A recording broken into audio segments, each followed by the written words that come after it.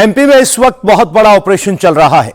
MP के मुख्यमंत्री मोहन यादव ने यूपी के सीएम योगी आदित्यनाथ की तरह एमपी को क्राइम फ्री करने का प्रण ले लिया है और इसके लिए पुलिस और प्रशासन दोनों को काम पर लगा दिया है।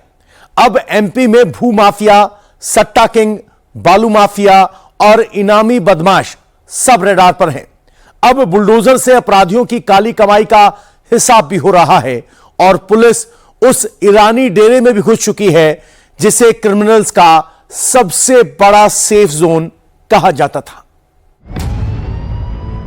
ये भोपाल का वो कुख्यात इलाका है जहां जाने से पुलिस भी डरती है। ये पूरी की पूरी बस्ती ही एक क्राइम सिंडिकेट की तरह काम करती है।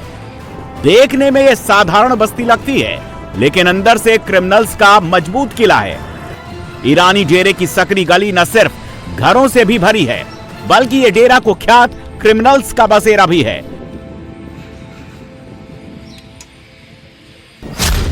सालों से सक्सेसफुल रेड हो नहीं पाई है और वो खुलेआम घूम रहे हैं। वहाँ पे जो मेजर इश्यू जो आता है वो ये आता है कि एक तो वहाँ पे महिलाएं इकट्ठी हो जाती हैं, महिलाएं पत्थर उठा लेती हैं, हो सकता है अपने कपड़े फाड़ लें। किसी भी सूरत में अपन को घबराना है नहीं, हम लोग असर्टिव ही रहे। दूसरा, किसी भी महिला से पुरुष डील नहीं करेगा, पूरी कोशिश रहेगी कि महिला ही डील करे उसे, पुरुष नहीं आएगा सामने।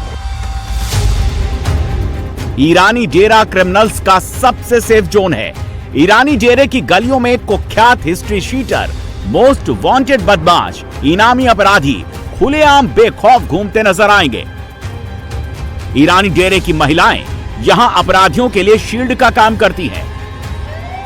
यही वजह है कि जब एमपी पुलिस इस कुख्यात ईरानी डेरे पर रेड के लिए पहुंची तो 40 गाड़ियां और 150 पुलिस वालों की फौज लेकर पहुंची और इस टीम में खास तौर से महिला पुलिस को शामिल किया गया था। जो ईरानी डेरा कुख्यात है, इसमें समस्या ये आती रही है कि यहाँ पर स्टोन पेल्टिंग की संभावना बनी रहती है, क्योंकि और वहाँ पे जो महिलाएं हैं, महिलाओं को वो ईरानी डेरे के लोग आगे कर देते हैं, जिससे पुलिस की कार्रवाई कम बल के साथ इस स्तर पर अभी के रूप में होना संभव नहीं हो रहा था। इसलिए पूरा जो माननीय पुलिस कमिश्नर महोदय, उन्होंने पूरा जोन 4 का बल को इकट्ठा करने को कहा और एक बड़ी दबिश करने को कहा। वक्त के साथ धीरे धीरे हम जैसे जैसे आगे कार्रवाई करते रहेंगे, ये बदमाश आगे हम लोग कम बल में भी काम कर पाएंगे और आसानी से इनको पकड़ पाएंगे। ईरानी डेरे में 100 से ज्यादा मकान हैं। इस डेरे की आबादी करीब 1000 है। इनमें से करीब हर घर से एक न एक शख्स ऐसा है जो ठगी, तस्करी या जालसाजी के काम में लगा हुआ है। ईरानी डेरा के क्राइम सिंडिकेट का मेंबर है।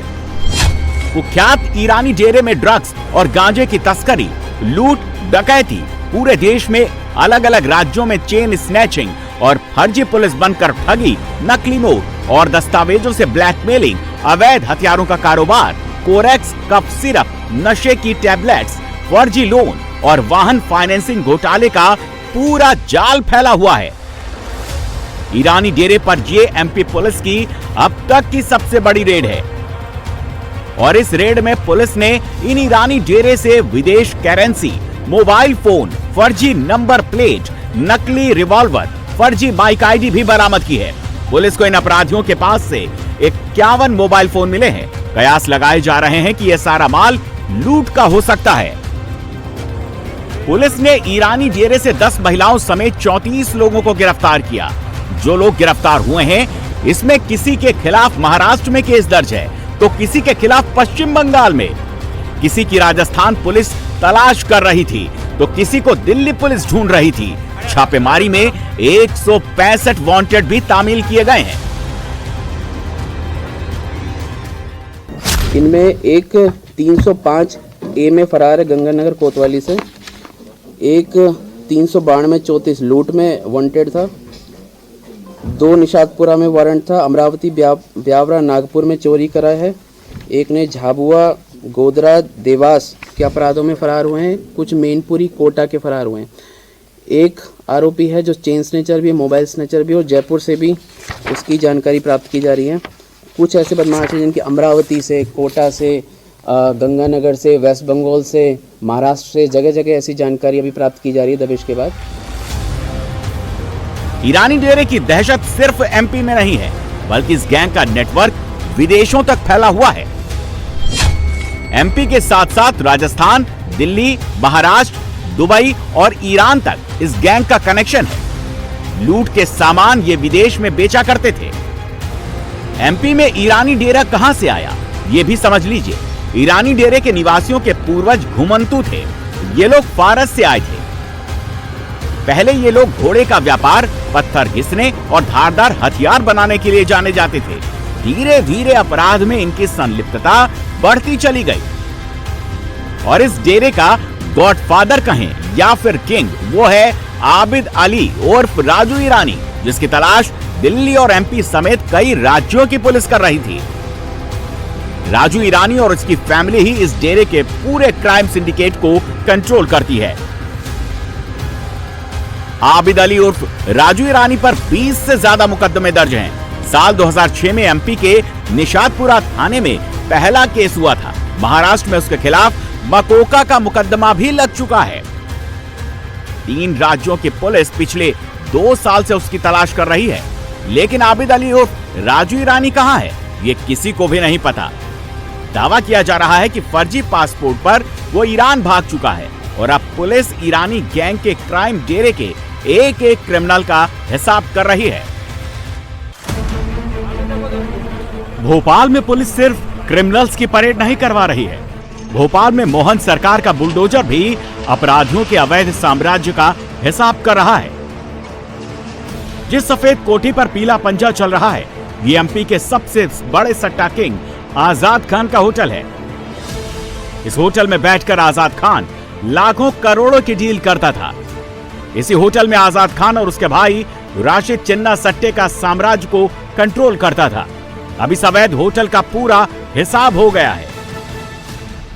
मध्य प्रदेश के सबसे बड़े सट्टा किंग कहे जाने वाले आजाद खान के 2 मंजिला इस होटल पर मध्य प्रदेश के मुख्यमंत्री मोहन यादव का पीला पंजा चलना शुरू हो चुका है और तस्वीरें उसी आजाद होटल की है जो गैर कानूनी तरीके से बिना नगर निगम की अनुमति के बनाया गया था। आजाद खान, उसके परिवार, उसका भाई राशिद खान, उसके द्वारा अर्जित संपत्ति को एक के बाद एक मोहन यादव सरकार का ये पीला पंजा ध्वस्त करता हुआ तस्वीरों में दोनों तरफ से आपको दिखाई दे रहा है। और ये पहली कार्रवाई नहीं है।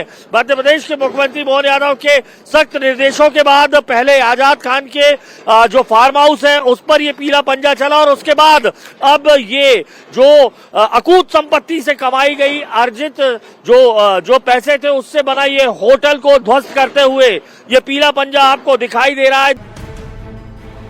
आजाद खान और राशिद चिन्ना दोनों सगे भाई हैं। आजाद खान सट्टे का नेटवर्क चलाता था और आजाद का भाई राशिद चिन्ना कांग्रेस का पार्षद है।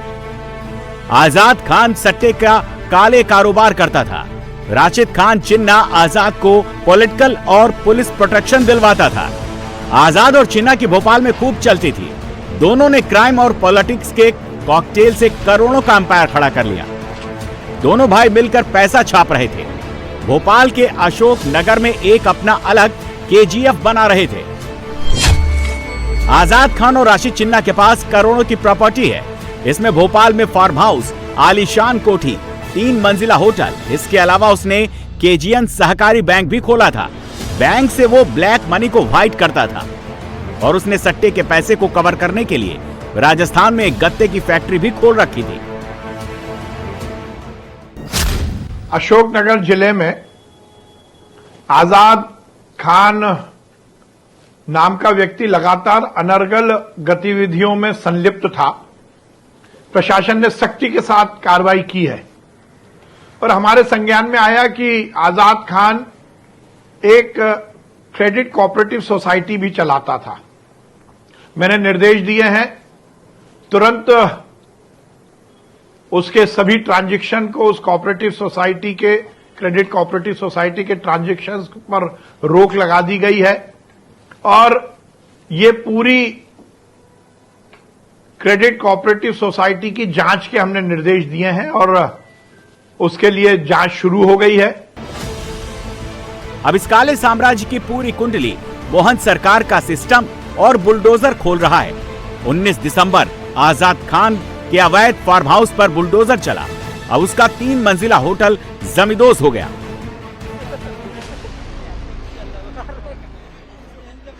काफी बड़ी कार्रवाई है, अगर ये कहा जाए तो गलत नहीं होगा। मध्य प्रदेश के मुख्यमंत्री भी लगातार इस तरीके की बात करते थे। ये जो है क्या जो अनियमितताएं थी इसके चलते ये पूरा बिना नगर पालिका की विभिन्न अनुमतियां होती हैं, इनके द्वारा किसी प्रकार की कोई अनुमति नहीं ली गई थी और बेसमेंट का निर्माण भी किया गया था जो पूर्णतः अवैध और अनियमित था। इनको पर्याप्त नोटिस दिए गए हैं समय समय पर नगर पालिका के द्वारा और विधिवत अवैध अतिक्रमण हटाने की कार्रवाई की जा रही है। इससे पहले एक फार्म हाउस भी टूटा था? बिल्कुल बिल्कुल। अच्छा, वो भी अवैध अनुमति? बिल्कुल, उसमें किसी प्रकार की पंचायत एक्ट के तहत अनुमति नहीं ली गई थी, ना डायवर्शन उन्होंने अनुमति ली थी और साथ ही साथ जो रोड निकली है PWD की, उस शासकीय रोड पर भी अतिक्रमण करके मकान बनाया। और भी ऐसी जगह है, क्योंकि ये कहा जा रहा है काफी बड़ा कारोबार था इनका, तो और भी जगह चिन्हित की है क्या अभी जो प्रशासन ने, जिस पर आगे कार्रवाई हो सकती है या जांच जारी है आगे? अभी जांच जारी है। आजाद खान बहुत शातिर इंसान है। उसके पास करोड़ों की दौलत थी। वो मोटे सोने की चेन और महंगे मोबाइल और ब्रांडेड कपड़े पहनता था, लेकिन वो लाइमलाइट में नहीं आता था। आजाद खान का नेटवर्क इस तरह ऑपरेट होता था जिससे किसी को उसके ऊपर कोई शक नहीं होता। आजाद का मेन बिजनेस ऑनलाइन सट्टा खिलाना था। आजाद का कल्याण सट्टा और रतन सट्टा नाम से नेटवर्क था। इसके अलावा उसने MCX इंडिया के जैसे खुद का एक्सचेंज बना रखा था।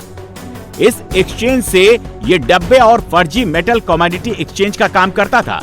गत्ता फैक्ट्री की आड़ में हथियारों की खरीद और फरोख्त करता था। आजाद के सट्टे वाले पैसों को ब्याज देकर राशि चिन्ना किसानों की जमीन कब्जाता था।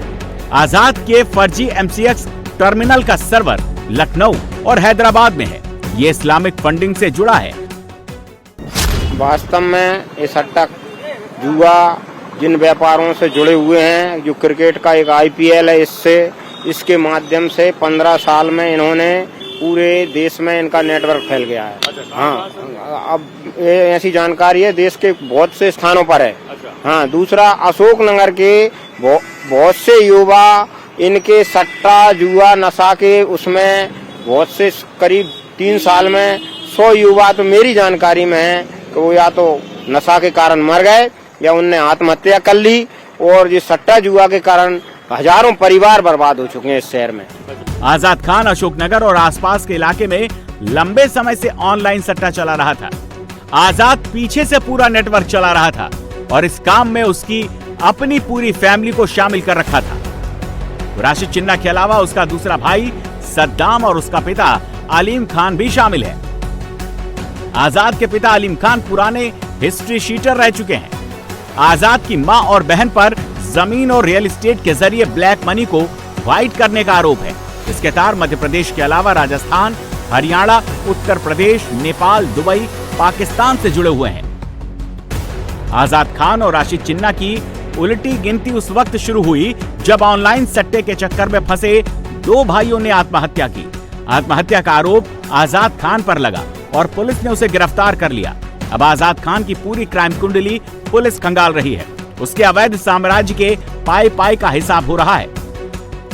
आजाद खान के खिलाफ 9 से ज्यादा आपराधिक मुकदमे दर्ज हैं। इसमें ऑनलाइन सट्टेबाजी, जुआ और IPL सट्टेबाजी से जुड़े केस शामिल हैं। उस पर आत्महत्या के लिए उकसाने का मामला भी दर्ज हो चुका है। सरकार ने आजाद खान की KGN साख सहकारी संस्था पर शिकंजा कसा। संस्था के सभी वित्तीय लेन देन पर तत्काल प्रभाव से रोक लगा दी गई और अब सोसाइटी की जांच के लिए निर्देश दिए गए। टीम को 7 दिन के